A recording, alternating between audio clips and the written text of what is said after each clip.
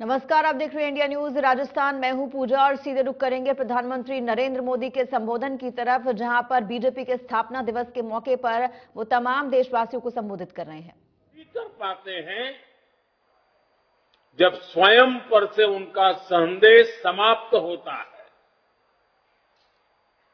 2014 से पहले भारत की भी तो यही स्थिति थी। अथाह सामर्थ्य से भरपूर, लेकिन अनहों से घिरा हुआ देश का नागरिक। आज भारत उस बजरंगबली की तरह से, उस बजरंगबली की महाशक्ति की तरह अपने अंदर सुप्त शक्तियों का आभास कर चुका है। आज भारत समंदर जैसी विशाल चुनौतियों को पार करने, उनका मुकाबला करने में पहले से कहीं ज्यादा सक्षम है। हनुमान जी के ऐसे ही कई गुणों से हम सभी भाजपा कार्यकर्ता, हमारी पार्टी निरंतर प्रेरणा पाते हैं। हनुमान जी सब कुछ कर सकते हैं, सबके लिए करते हैं, लेकिन अपने लिए कुछ नहीं करते। इदम रामाय इदम न मम,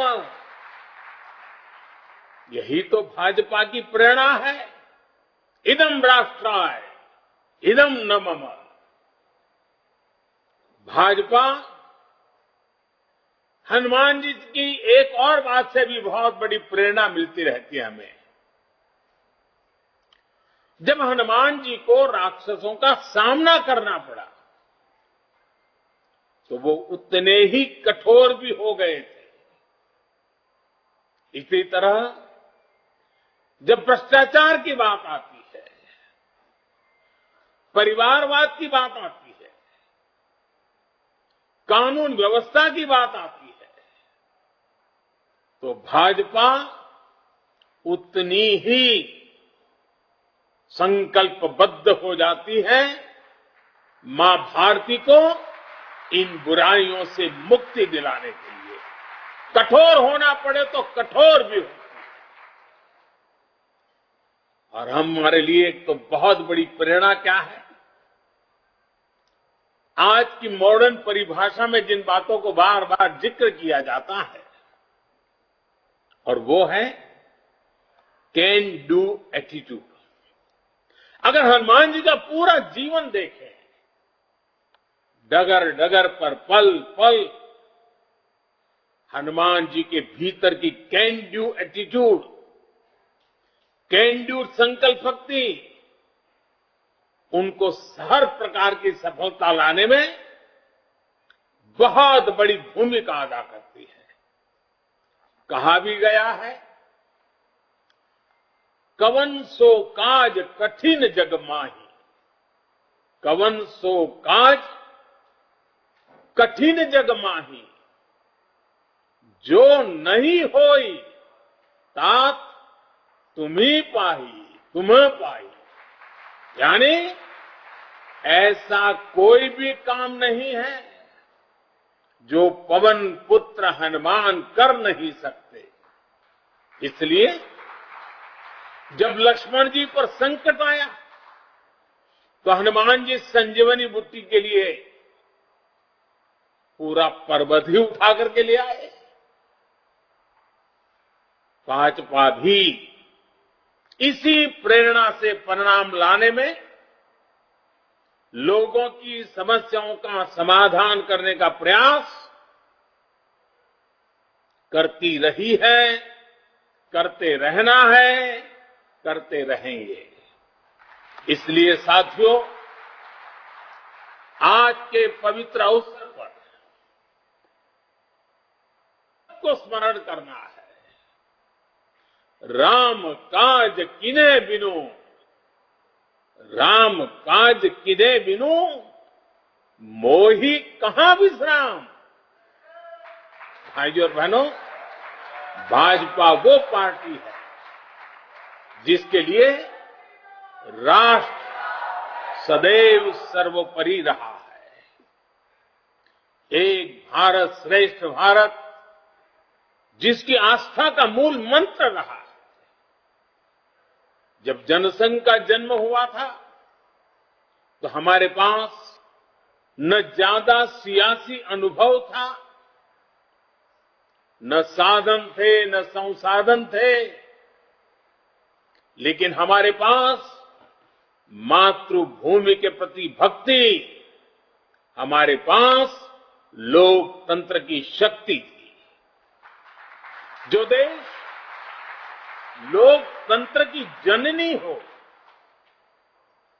मदर ऑफ डेमोक्रेसी हो, उसकी जनता के नीर क्षीर विवेक पर प्रारंभ से हमारी आस्था रही है और दिनों दिन वो आस्था और मजबूत होती जा रही है। इसलिए जनभावना, जन आकांक्षाओं को ही हमने भाजपा की चेतना शक्ति बनाया है।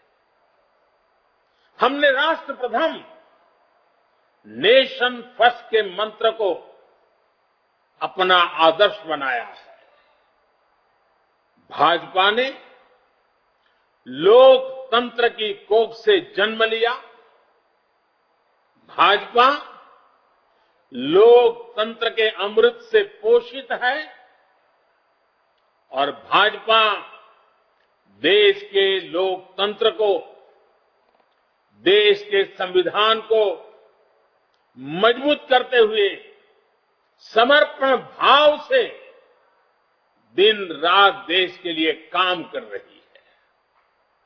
साथियों, हमारा समर्पण है मां भारती को, हमारा समर्पण है देश के कोटि कोटि जनों को, हमारा समर्पण है देश के संविधान को। साथियों, आज भाजपा विकास का पर्याय है, विश्वास का पर्याय है, नए विचार का पर्याय है और देश की विजय यात्रा का भी एक मुख्य सेवक बनकर के अपनी भूमिका निभाता रहा है। भाजपा सबका साथ, सबका विकास, सबका विश्वास और सबका प्रयास के मंत्र के साथ काम कर रही है। भाजपा की कार्यशैली सर्वसमावेशी है, सर्वस्पर्शी है, सर्वजन का हित करने वाली है। सामाजिक न्याय और सशक्तिकरण को हमने हमेशा अपने हृदय में, अपनी कार्यशैली में सर्वोच्च प्राथमिकता दी है। सामाजिक न्याय ये हमारे लिए राजनीतिक नारेबाजी का हिस्सा नहीं, ये हमारे लिए आर्टिकल ऑफ फेथ है। बीते वर्षों में बहुत सारे दल सामाजिक न्याय के नाम पर राजनीति का दिखावा करते रहे हैं। इन दलों ने, उनके मुखिया अपने परिवार का भला कर लेते हैं, अपने समाज का कतई नहीं, जबकि भाजपा सामाजिक न्याय को जीती है, उसकी भावना का अक्षरशः पालन करती है। 80 करोड़ गरीबों को बिना भेदभाव मुफ्त राशन मिलना सामाजिक न्याय का ही प्रतिबिंब है। 50 करोड़ गरीबों को बिना भेदभाव 5 लाख रुपए तक मुफ्त इलाज की सुविधा मिलना सामाजिक न्याय की सशक्त अभिव्यक्ति है। 45 करोड़ गरीबों के बिना भेदभाव जनधन बैंक खाते खोलना सामाजिक न्याय का इंक्लूसिव एजेंडा का जीता जागता उदाहरण है। 11 करोड़ गरीबों को बिना भेदभाव शौचालय मिलना, यही तो सामाजिक न्याय है। यही तो सामाजिक न्याय के प्रति हमारी भक्ति है। बिना भेदभाव, बिना तुष्टीकरण, बिना स्वार्थ, बिना वोट बैंक की राजनीति किए भाजपा आज सामाजिक न्याय का भी सच्चे अर्थ में धरती पर इरादों को साकार करने वाला देश के दबे कुचले समाज के लिए आशा की किरण बना हुआ एक पर्याय बनकर के उभरा है। साथियों, आज भाजपा देश में एक नए पॉलिटिकल कल्चर का भी नेतृत्व कर रही है। कांग्रेस और उनके जैसी पार्टियों का कल्चर, उन पार्टियों की पहचान क्या है? ये उन्हीं के कल्चर में से पैदा हुई है। उन पार्टियों की पहचान है, पार्टी का नाम लेते ही एक ही बात दिखती है। सारी पार्टियों का तरफ देख लीजिए, परिवारवाद, वंशवाद, जातिवाद और क्षेत्रवाद का बंधक है ये सारे लोग। जबकि भाजपा का पॉलिटिकल कल्चर प्रत्येक देशवासी को साथ लेकर चलने का है। कांग्रेस और उसके जैसी पार्टियों का कल्चर छोटा छोटा सोचना, छोटे सपने देखना और उससे भी कम हासिल करके खुशियां मनाना बस, और खुशी एक दूसरे की पीठ थपथपाना। भाजपा का पॉलिटिकल कल्चर है बड़े सपने देखने और उससे भी ज्यादा हासिल करने के लिए जी जान से खप जाना, शरीर का कण कण, समय का पल पल खपाने का हौसला रखते हैं। कांग्रेस और उसके जैसी पार्टियों का कल्चर महिलाओं की समस्याओं, उनकी रोजमर्रा की चुनौतियों की परवाह ही नहीं करता है। जबकि भाजपा का पॉलिटिकल महिलाओं के जीवन को आसान बनाने, उनके सपनों को साकार करने को, निर्णय प्रक्रिया में उनको भागीदारी देने को प्राथमिकता देता है। इसलिए आज के युवा हो या फिर देश की माताएं, बहनें, बेटियां भाजपा के साथ हम पल पल अनुभव कर रहे हैं। हमारी माताओं बहनों के आशीर्वाद बढ़ते चले जा रहे हैं, जुड़ाव महसूस करती हैं, अपनापन महसूस करती है। इसलिए आज ये सभी भाजपा के साथ कंधे से कंधा मिलाकर चल रहे हैं। साथियों, आज स्थापना दिवस के इस शुभ अवसर पर हम सबके लिए अपने सपनों को, अपने संकल्पों को, मां भारती के सेवा के लिए समर्पित अपने हर कार्यकर्ता के जीवन को देखते हुए बहुत सी बातों को बार बार समझने की आवश्यकता होती है। 2014 में जो हुआ वो केवल सत्ता परिवर्तन नहीं था। 2014 में भारत के लोगों ने भारत के पुनर्जागरण की नई यात्रा का शंखनाद कर दिया है। 800 साल से ज्यादा की गुलामी से बाहर निकलकर एक राष्ट्र अब अपना खोया हुआ गौरव पाने के लिए फिर से उठ खड़ा हुआ है। और इस प्रक्रिया में दशकों से चली आ रही बुराइयां, चुनौतियां धीरे धीरे कमजोर पड़ती जा रही है। अब देश पंच प्राणों की शक्ति से आगे बढ़ रहा है। साथियों, सन 47 में अंग्रेज भले चले गए, लेकिन जनता को गुलाम रखने की मानसिकता यहीं पर कुछ लोगों के जहन में बो करके चले गए, यहीं छोड़ गए थे। इसलिए आजादी के बाद के वर्षों में देश में ऐसा वर्ग खूब फला फूला जो सत्ता को अपना जन्मजात हक समझता था। इन लोगों की बादशाही मानसिकता ने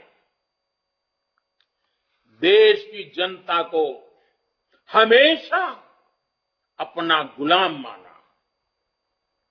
2014 में इस दबे कुचले शोषित वंचित वर्ग ने अपनी आवाज बुलंद की। बादशाही मानसिकता के लोग इस वर्ग की आवाज सुनने की तो बात छोड़ दीजिए, पल पल कुचलते रहते थे। इसलिए हमारी सरकार के पहले कार्यकाल में ही बादशाही मानसिकता वाले इन लोगों ने इन शोषितों, वंचितों, दलितों, पिछड़ों कोई मौका नहीं छोड़ा उनकी मजाक उड़ाने में। हर पल उनकी मजाक उड़ाते रहे। हमारी योजनाओं, हमारे कार्यक्रमों को निम्न स्तर का बताने की होड़ बढ़ाई गई।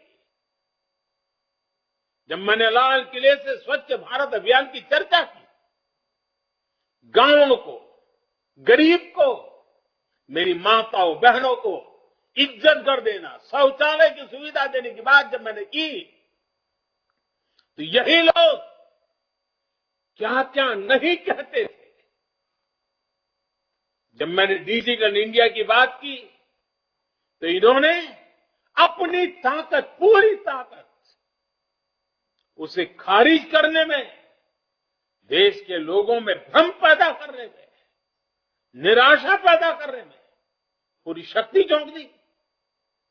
ये तर्क दिए जाने वाले और ये कहने लगे देश में बड़ी आबादी अनपढ़ है, अनजान है, वो कैसे डिजिटल इंडिया का लाभ ले पाएगी। साथियों, जब हमारा मजाक उड़ाकर ये सफल नहीं हुए, तो बादशाही मानसिकता वाले इन लोगों की नफरत और ज्यादा बढ़ गई। उन्होंने कभी सोचा नहीं था कि दशकों दशक से हिंसा से जूझ रहे जम्मू कश्मीर और नॉर्थ ईस्ट में शांति का सूरज उगेगा।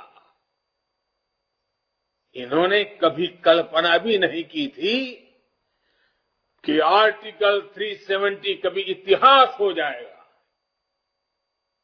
जो काम दशकों तक सरकार चलाने वाले नहीं कर सके, वो काम भाजपा सरकार कैसे कर रही है, ये इन्हें पच नहीं रहा है। इसलिए नफरत से भरे हुए लोग आज झूठ पर झूठ, झूठ पर झूठ बोले जा रहे हैं, अपने भ्रष्ट कर्मों का खुलासा होते देख ये बेचैन है, हताशा से भर गए। इसलिए अब ये लोग इतने हताश, इतने निराश हो चुके हैं कि अब एक ही रास्ता उनको दिख रहा है, एक ही उपाय दिख रहा है, और वो खुल करके कहने लगे हैं, मोदी तेरी कब्र खुदेगी। वो कब्र खोदने की धमकी देने लगे। बादशाही मानसिकता वाले इन लोगों को,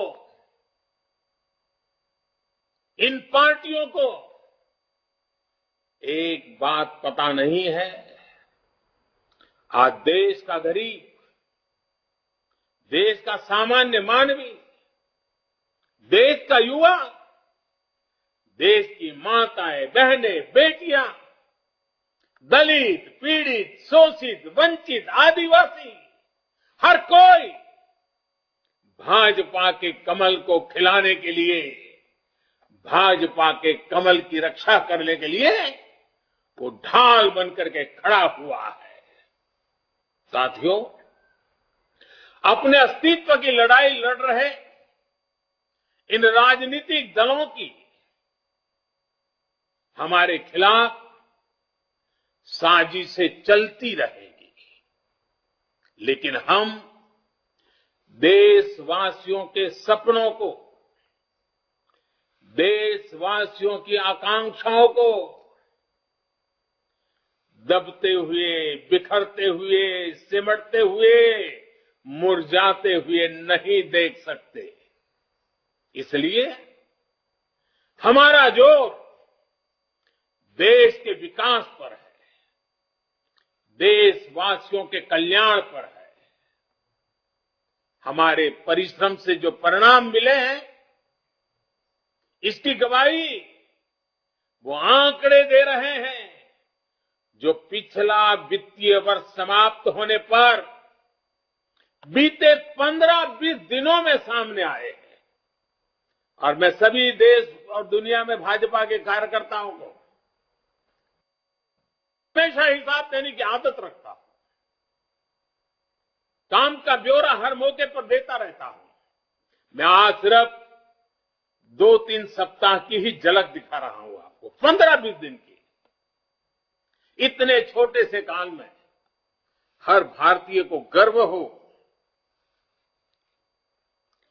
जीएसटी लागू होने के बाद से किसी एक वित्तीय वर्ष में 18 लाख करोड़ रुपए कलेक्शन का रिकॉर्ड बनाना अभूतपूर्व।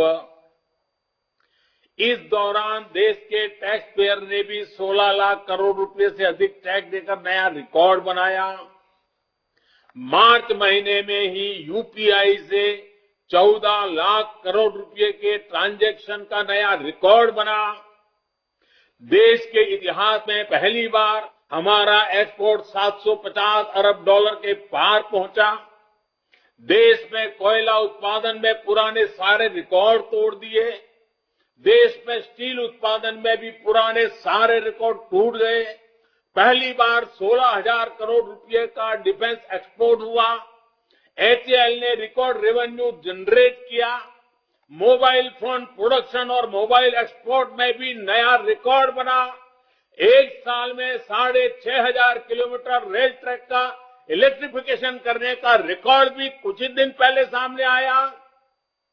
रेलवे ने 1,500 मैट्रिक टन से अधिक फ्रेट लोडिंग का रिकॉर्ड भी इसी दौरान बनाया। देश के बड़े पोर्ट्स ने एक साल में करीब 800 मिलियन मैट्रिक टन